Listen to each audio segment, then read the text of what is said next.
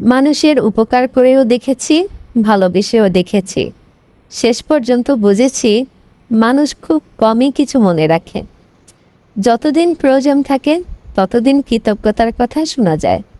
প্রয়োজন ফুরালেই সম্পর্ক যেন মুছে যায় স্মৃতির পাতা থেকে। তবু কি উপকার করা বৃথা? না, কখনোই না। কারণ উপকারের প্রকৃত মূল্য মানুষের স্মৃতিতে নয়, নিজের বিবেকের শান্তিতে থাকে। মানুষ ভুলে যায়, এটাই হয়তো মানুষের স্বভাব। কিন্তু যে ভালোবাসে, যে সাহায্যের হাত বাড়ায়, সে নিজের মানবিকতাকে বাঁচিয়ে রাখে। তাই মানুষের মনে রাখার আশায় নয়, নিজের মনুষ্যত্বের টানে ভালোবাসা আর উপকার করে যাওয়া, এটাই সবচেয়ে বড় প্রাপ্তি। আর এটাতেই সব থেকে বেশি শান্তি। আসসালামু আলাইকুম। আশা করছি সবাই অনেক অনেক বেশি ভালো আছেন। আলহামদুলিল্লাহ, আমিও অনেক ভালো আছি। আমার আজকের ব্লগ ভিডিওটি রমজানের অনেক দিন আগের। এটা মেবি জানুয়ারি মাসের একটি ভিডিও। তখন বেশ অনেকটাই শীত ছিল। রসে পায়েস রান্না করবার জন্য মাটির চুলাতে গিয়েছি। এখানে রসের পায়েসটা রান্না করে নিয়ে যাব, আপনাদের সঙ্গে একটু শেয়ার করছি।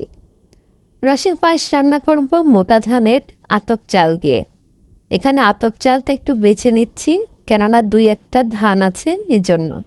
আতপ চালটা কিন্তু আমি ধুয়ে দিব না, এটা একটা পরিষ্কার কাপড় দিয়ে একটু মুছে দিব এবং কোলো থেকেও একটু ছেড়ে দিয়েছি। আতপ চাল ধুয়ে দিলে রসের পায়েসটা খেতে তেমন ভালো লাগে না, তেমন আঠালো হয় না। আর চালটা ধুয়ে না দিলে রসের পায়েসটা খেতে অনেক মজা হয়, একটা আঠালো ভাব হয়। আর চালটা ছিল একদম নতুন ধানের ফুটানো চাল, কোনো ময়লাও ছিল না। এই তো নাস্তাটা রান্না হয়ে গিয়েছে। রসের পায়েসটা এখন আমরা বলে করে ঘরে নিয়ে যাব। মাটির চুলাতে যেহেতু রান্না করছি, হাঁড়ি ধরে নিতে আবার কষ্ট হয়ে যাবে, এজন্য বলে করে আমরা নিয়ে যাচ্ছি ঘরে। রসের পায়েস রান্নাটা আপনাদের কেমন লাগলো আমাকে একটি সুন্দর কমেন্টের মাধ্যমে জানিয়ে যাবেন। আর আমার ভিডিও দেখবার জন্য আপনাদের সবাইকে অনেক অনেক ধন্যবাদ জানাচ্ছি।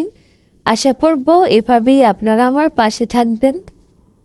ভালো যদি লেগে থাকে তাহলে ভালোবেসে একটি শেয়ার করে দিবেন। একটু পায়েস ঘরে এনে প্লেটে প্লেটে গেড়ে নিয়েছি, সবাইকে দিব এবং ঘরের সবাই খাবো, এই জন্য বেড়ে ফ্রিজের উপর রেখে দিলাম। এখন সবাই একটু একটু করে খেয়ে নিবে। আমাদের পায়েস রান্নাটা কেমন হলো আপনারা জানাবেন। আর আপনারাও রসের পায়েস কীভাবে রান্না করেন সেটাও আমাকে জানাবেন। রসের পায়েসটা খেতে অনেক মজা ছিল। এবার শীতটা আমার চোখের পলকের মধ্যেই যেন পার হয়ে গেল। শীত কখন গেল এটা আসলে বুঝে ওঠার আগেই শেষ হয়ে গেল। আশা করছি আমার ভিডিওটি আপনাদের ভালো লেগেছে। আজ এখানেই শেষ করছি আমি। আপনারা সবাই ভালো থাকবেন। আল্লাহ হাফেজ।